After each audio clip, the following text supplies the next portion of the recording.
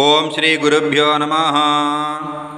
श्रीमद्भगवद्गीता सप्तदशोऽध्यायः। अर्जुन उवाच ये शास्त्रविधिमुत्सृज्य यजन्ते श्रद्धयान्विताः तेषां निष्ठा तु का कृष्ण सत्त्वमाहो रजस्तमः। श्रीभगवानुवाच त्रिविधा भवति श्रद्धा देहिनां सा स्वभावजा सात्विकी राजसी चैव तामसी चेति तां शृणु। सत्त्वानुरूपा सर्वस्य श्रद्धा भवति भारत श्रद्धामयोऽयं पुरुषो यो यच्छ्रद्धः स एव सः।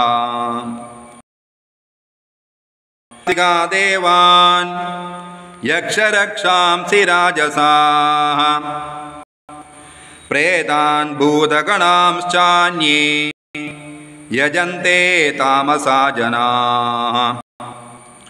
अशास्त्रविहितं घोरं तप्यन्ते ये तपो जनाः दम्भाहङ्कारसंयुक्ताः कामरागबलान्विताः कर्षयन्तः शरीरस्थं भूतग्राममचेतसः मां चैवान्तः शरीरस्थं तान् विद्यासुरनिश्चयान्। आहारस्त्वपि सर्वस्य त्रिविधो भवति प्रियः यज्ञस्तपस्तथा दानं तेषां भेदमिमं शृणु। आयुस्सत्त्वबलारोग्य सुखप्रीतिविवर्धना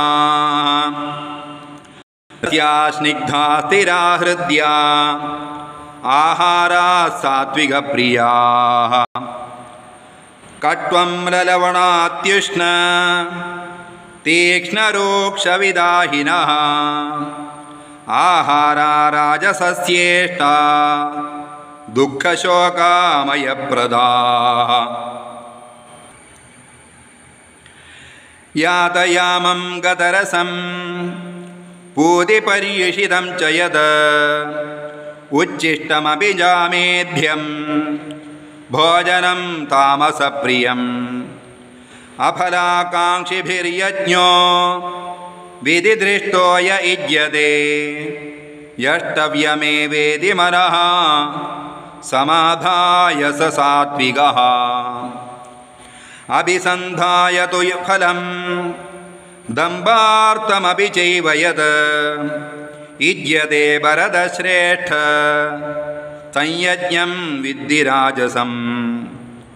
विधिहीनमसृष्टान्नं मन्त्रहीनमदक्षिणं श्रद्धां तामसं परिचक्षते। देवद्विजप्राज्ञ पूजनं शौचमार्जवं ब्रह्मचर्यमहिंसा च शारीरं तप उच्यते। अनुद्वेगकरं वाक्यं सत्यं प्रियहितं च यत् स्वाध्यायाभ्यसनं चैव वाङ्मयं तप उच्यते। मनः प्रसाद सौम्यत्वं मौनमात्मविनिग्रहः भावसंशुद्धिरित्येतत् तपोमानसमुच्यते। श्रद्धया परया तप्तं तपस्तत्त्रिविधं नरैः अफलाकार्ययुक्तैः सात्विकं परिचक्षते।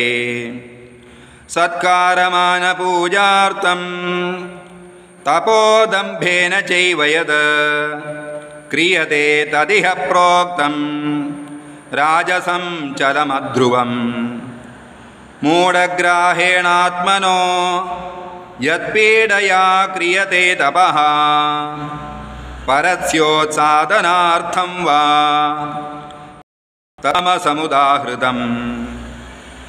दातव्यमिति यद्दानं दीयतेनुपकारिणे देशे काले च पात्रे च तद्दानं सात्विकं स्मृतम् यत्तु प्रत्युपकारार्थं फलमुद्दिश्य वा पुनः दीयते च परिक्लिष्टं तद्दानं राजसंस्मृतम् अदेशकाले यद्दानम् अपात्रेभ्यश्च दीयते असत्कृतमवज्ञातं तत्तामसमुदाहृतम् ॐ तत्सदिति निर्देशो ब्रह्मणस्त्रिविधः स्मृतः ब्राह्मणास्तेन वेदाश्च यज्ञाश्च विहिताः पुरा तस्मादोमित्युदाहृत्य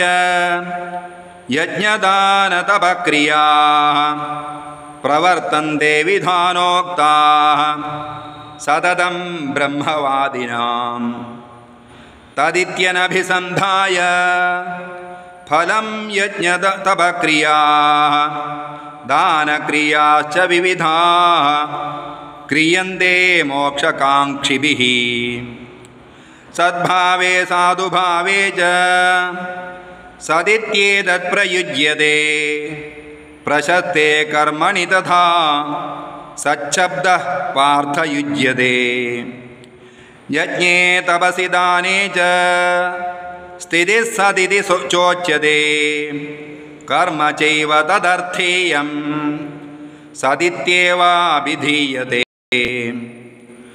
अश्रद्धयाहुदं दत्तं तपस्तप्तं कृतं च यत् असदित्युच्यते पार्थ न च तत्प्रेत्य नो इह ॐ तत्सदिति श्रीमद्भगवद्गीतासु उपनिषत्सु ब्रह्मविद्यायां योगशास्त्रे श्रीकृष्णार्जुनसंवादे श्रद्धात्रयविभागयोगो नाम 17 अध्यायः।